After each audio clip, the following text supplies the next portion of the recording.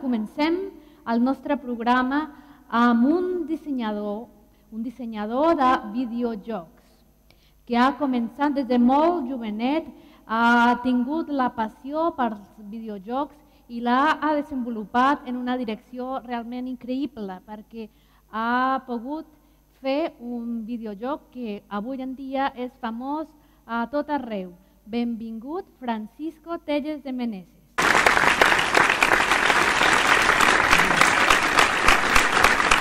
Muchas gracias, Patricia. Gracias por invitarme a ¡Ay, Cataluña! ¿Se dice así? Sí. ¡Ay, Cataluña! Sí. Bien, voy a contar un poco mi historia, ¿no? Hace unos 26 años, pues yo era un chaval, tenía 14 años, y vinieron mis padres y me dijo, ¿tú qué quieres, la moto o el ordenador? Y yo le dije, el ordenador. Total, que me regalaron el ordenador, un MSX, y claro, aquello era la leche, me encantó, era como mi pasión, lo supe en el momento en que lo vi, es como cuando te enamoras del flechazo, dice, eso es lo mío. Total, que durante 10 años, pues en vez de estar jugando al fútbol o tocando el violín, pues hacer videojuegos se convirtió en mi hobby. Y claro, fue una época maravillosa, era el hobby de hacer videojuegos, nadie los hacía y bueno, entonces, ¿qué pasó? Todo esto cambió radicalmente cuando me contrataron una empresa de hacer videojuegos, una empresa de verdad, que dije, fantástico, o sea, me van a pagar por hacer un hobby. Y dije, me apunto. Total, que allá a finales del siglo XX me apunté a una empresa, Ubisoft, y a raíz de ahí pues empecé pues, a trabajar profesionalmente en el tema de los videojuegos. ¿Y qué pasó? Pues que durante otros 10 años estuve viviendo lo que es la experiencia de los videojuegos, pero desde el ámbito profesional. Cobrando, todo muy bien, pero hay un lado oscuro en todo esto, y es que cuando trabajas profesionalmente para hacer videojuegos, claro, no haces lo que quieres. En un hobby tú haces un poco lo que te gusta, lo que quieres, pero cuando es profesional y hay que venderlo, pues normalmente siempre hay alguien que está encima que te dice qué tienes que hacer. Y ese fue mi caso. En empresa grande, pues el de arriba decía, hay que hacer esto. Y en empresas pequeñas, pues era el cliente quien decía, hay que hacer esto. Y claro, pues eso pues me fue calando poco a poco, cada día me siento más triste porque claro, no podía hacer en mi vida profesional el tipo de videojuego que a mí me gustaba hacer. Y al final, pues llegó un día que en una charla con mi mujer, pues le expresé un poco mis sentimientos. Le dije, cariño, estoy triste porque en mi vida profesional no puedo hacer el tipo de videojuegos que me gusta hacer. Y ella me dijo, tira a la cocina, frega los platos. Es mentira, tenemos lavavajillas en casa. Ella me dijo, pues si no puedes hacerlo en tu ámbito profesional, hazlo en tu tiempo libre. Total, que le hice caso, qué idea más buena, y me puse a hacer videojuegos otra vez como hobby.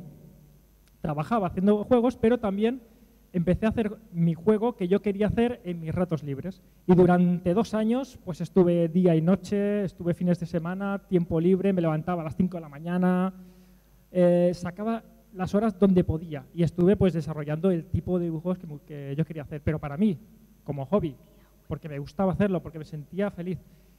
Pero ¿qué pasa? Que entonces era diferente que cuando era pequeño, porque llevaba 10 años de experiencia en ámbito profesional en la espalda y también existía Internet y PayPal y todo esto. O sea, era el ámbito perfecto para publicarlo. Y me dijeron mis amigos, Fran, esto no es la porquería que hacías hace 10 años, esto mola cacho.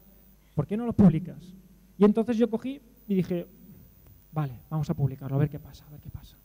Total, que trabajé, me hice una web y lo publiqué. Y tu vídeo pues tuvo muy buen resultado, a la gente le gustó mucho, las críticas fueron fantásticas y tanto que empecé a ganar dinero con ese juego y me iba mejor que con la vida profesional que tenía como programador de videojuegos. Entonces, ¿qué hice? Pues dejé el trabajo en empresas y me puse por mi cuenta con este juego. Por lo que el hobby, que luego fue profesional, y que luego pasó a ser hobby, pasó otra vez a ser profesional. Y vaya ciclo, vaya ciclo. Y ahora pues estoy en ese momento, en que como el juego ha tenido éxito y me he puesto por mi cuenta, ahora mi hobby es también, es mi parte profesional, es mi vida profesional. Y supongo, siguiendo el ciclo, veré que llegará un momento en que me lo tomaré tan en serio que a lo mejor se apagará un poco la pasión y entonces querré volver a hacer otra vez otro tipo de juego que no puedo hacer en el ámbito profesional, porque a lo mejor no sé qué le gusta a la gente o porque no es lo que espera la gente, etcétera, etcétera.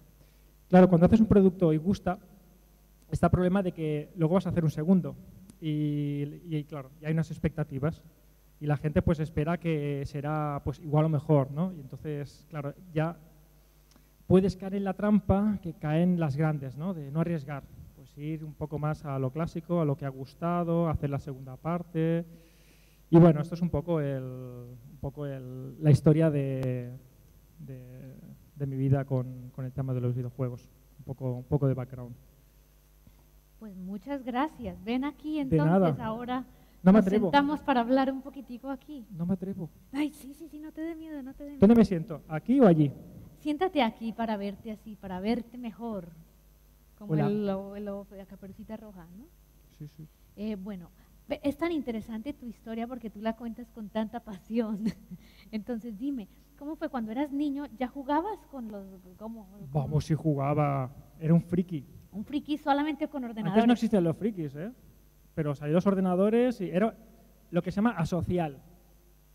¿Y esto estamos hablando de qué edad? ¿A qué edad tuviste tu primer ordenador? A los 14 años. Sí, sí, ¿Y era sí. que un Commodore 64? Era parecido, era un MSX. 128, 64. 64. En aquellos tiempos. Con cassette. Pip, pip, sí, de ese tipo. ¿Y tú ya empezaste a programar en BASIC y hacer cosas de ese tipo? Efectivamente, me pillé un libro que había por allí de desarrollo, de programación, empecé a ojearlo, a probar y todo autodidacta. Y bueno, como has dicho que eras un friki, ¿tu vida social de verdad como adolescente se vio afectada? Sí. ¿Cómo eras? ¿Cómo eras tú? Claro, porque retrata. la gente que hacía cuando era pequeño se iba con los amigos, salía por allí y yo pues no tenía amigos. Bueno, tenía los 2 o 3 amigos que también tenían ordenador y también tenían juegos y entonces pues, oye, vente sábado a mi casa que vamos a jugar. O sea, es la definición del friki. Fricazo total.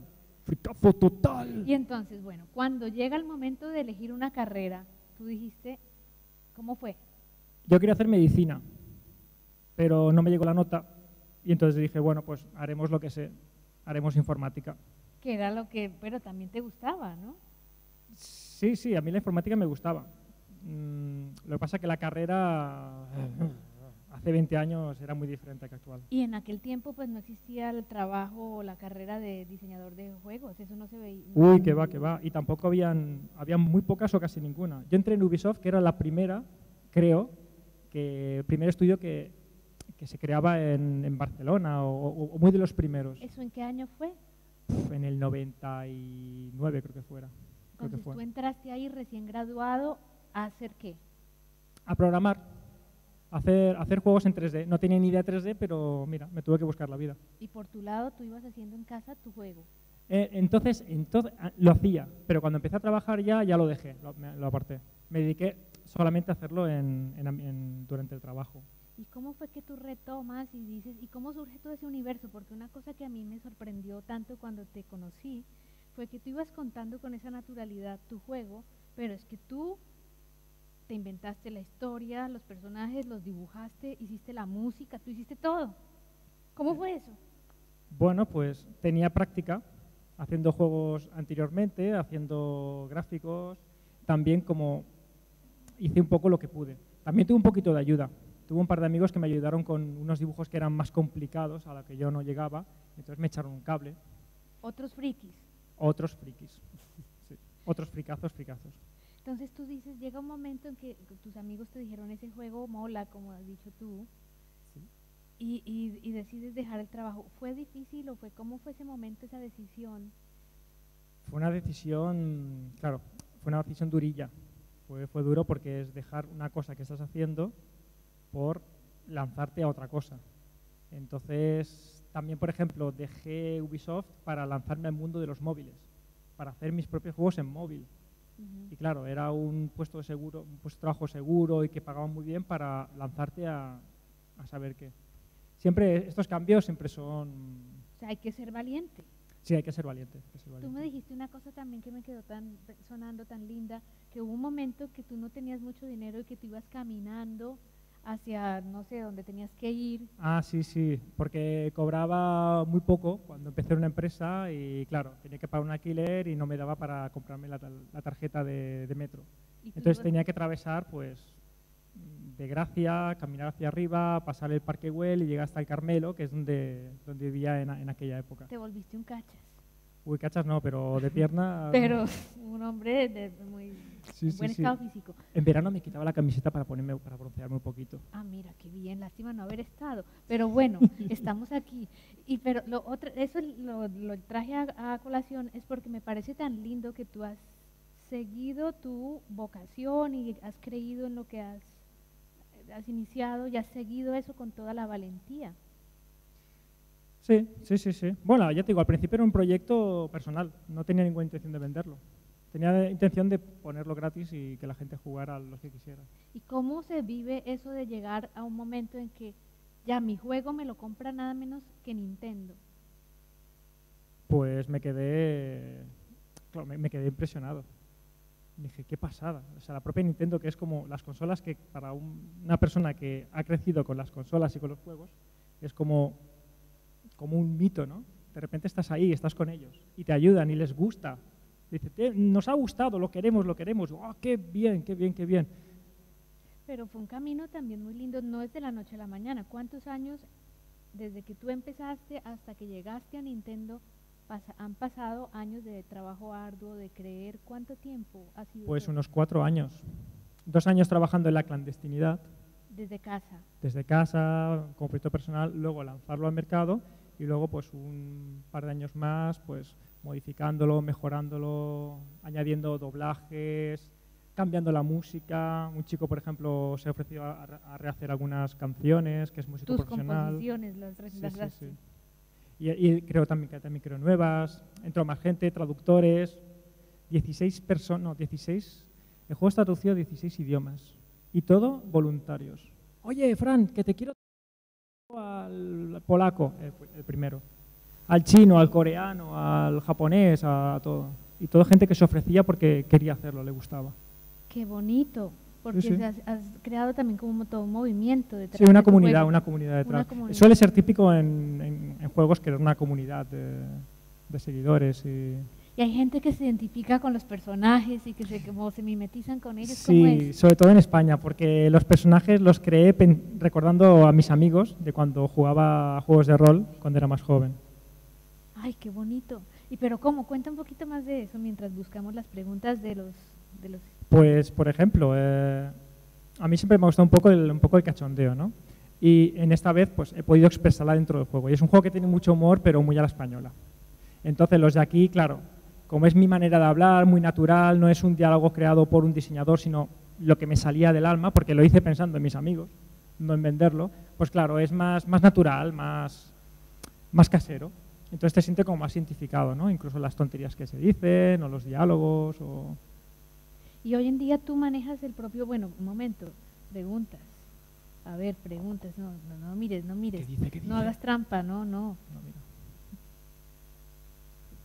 Lo de cuántos países tienes, está extendida tu comunidad. ¿Cuántos países? Sí. Muchísimos. Muchísimos, pero, a ver, hay algunos. Por ejemplo, me puse en la página web un identificador de la gente que compraba el juego, de dónde venía. Y a lo mejor había, por ejemplo, uno de Kuwait, uno de países muy, muy exóticos, uno de Nepal. Un tío de Nepal me ha comprado el juego. Tú puedes hacer el seguimiento de todas esas... Sí, ¿Lo vendes tú directamente? Lo vendo directamente, lo vendo a través de tiendas. Sobre todo Steam, que es una tienda muy importante, es la tienda magna del juego en PC, en ordenador, pues ahí pues también te da muchas estadísticas. Te dice pues de dónde, los clientes de dónde son y porcentajes por países, etcétera, etcétera. Y hoy en día tú dijiste algo muy interesante cuando estabas hablando, dijiste que empezaste esto como tu hobby y que puede que llegue un momento en que esta cosa que ya no la sientas como un hobby, quieras transgredir de alguna manera. Claro, claro. Es difícil de imaginárselo, pero claro, dice, haces algo que te gusta. Sí, pero ahora tiene que gustarte a ti y tiene que gustar también a los jugadores. Por lo tanto, ya pierdes un poquito de libertad, ¿no? Ya pues pides más opiniones a la gente, qué te parece, qué no te parece, ya no es tan tuyo. Y también quieres hacer algo grande, ¿no? Algo pues que... Y ya pues a lo mejor pues llegará un momento en que digo, quiero hacer un juego pequeñito que me apetece hacer, pero que no me importe si va a vender o no va a vender. O que no me importe si va a afectar o no va a afectar la reputación que tenga como programador. ¿Es un peso eso de la reputación que tienes ahora? Uy, sí, es un peso. ¿Cómo lo vives? Porque claro, ahora los fans están atentos y esperan algo, pues eso, igual o mejor. Y es duro. Es durillo porque no puedes ir a mejor. ¿no? Y preguntan que qué proyectos para el futuro tienes, y mira, lo habíamos hablado. A ver, para el futuro, ahora mismo lo que estoy haciendo es una versión sci-fi de un juego sci-fi utilizando el mismo motor.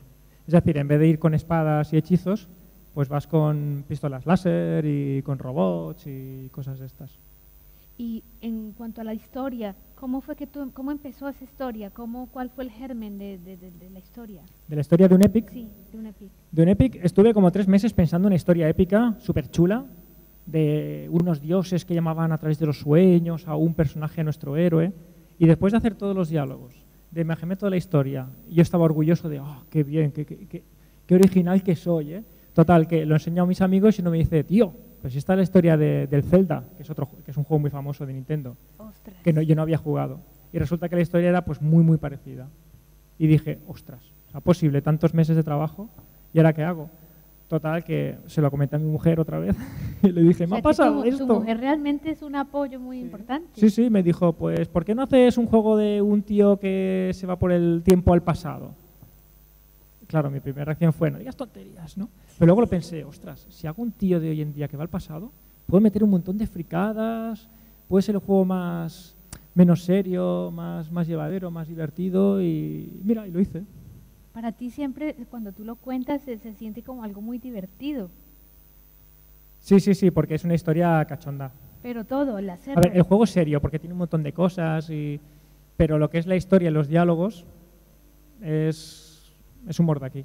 Y antes de que se nos acabe el tiempo, lo que han preguntado del futuro, del sci-fi que has dicho y qué más. Sí.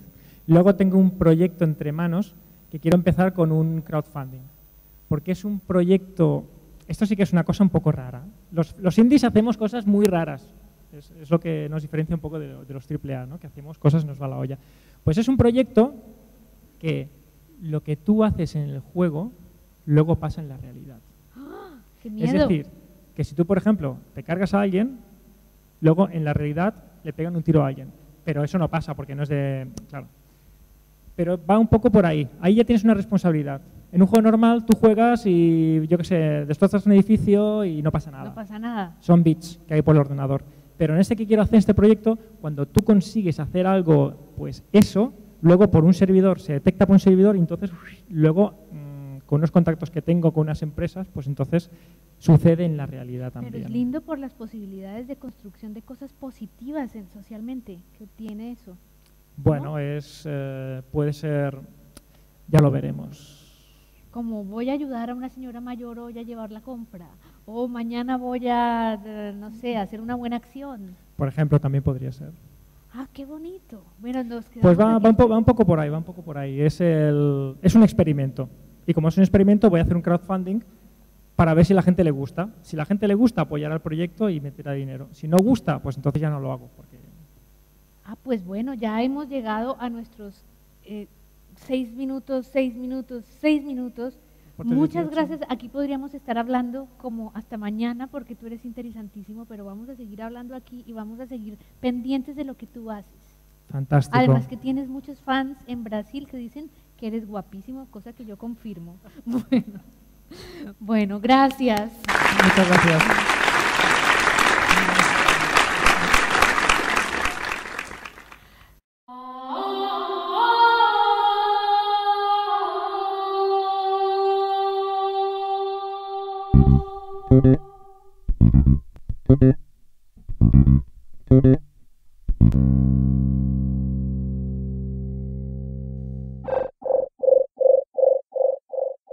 que ha començat des de molt jovenet, ha tingut la passió pels videojocs i l'ha desenvolupat en una direcció realment increïble perquè ha pogut fer un videojoc que avui en dia és famós a tot arreu. Benvingut, Francisco Telles de Meneses.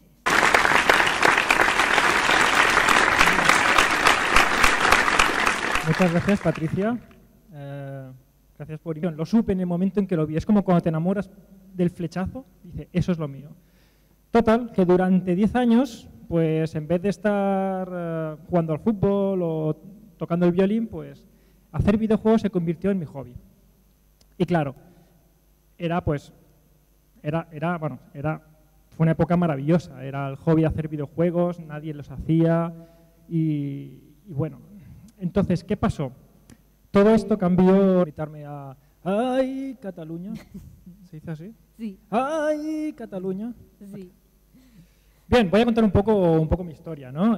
Hace unos 26 años, pues yo era un chaval, tenía 14 años, y vinieron mis padres y me dijo, ¿tú qué quieres, la moto o el ordenador?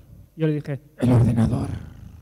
Total, que me regalaron el ordenador, un MSX, y claro, aquello era la leche, me encantó. Era como mi pasión radicalmente cuando me contrataron una empresa de hacer videojuegos, una empresa de verdad, que dije, fantástico, o sea, me van a pagar por hacer un hobby.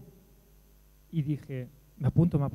Total, que allá a finales del siglo XX me apunté a una empresa, Ubisoft, y a raíz de ahí pues empecé a trabajar profesionalmente en el tema de los videojuegos.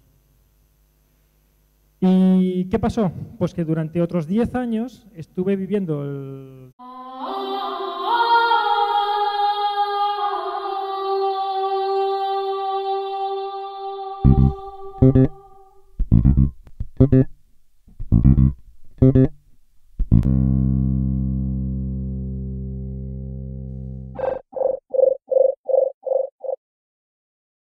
Comencem el nostre programa amb un dissenyador de videojocs.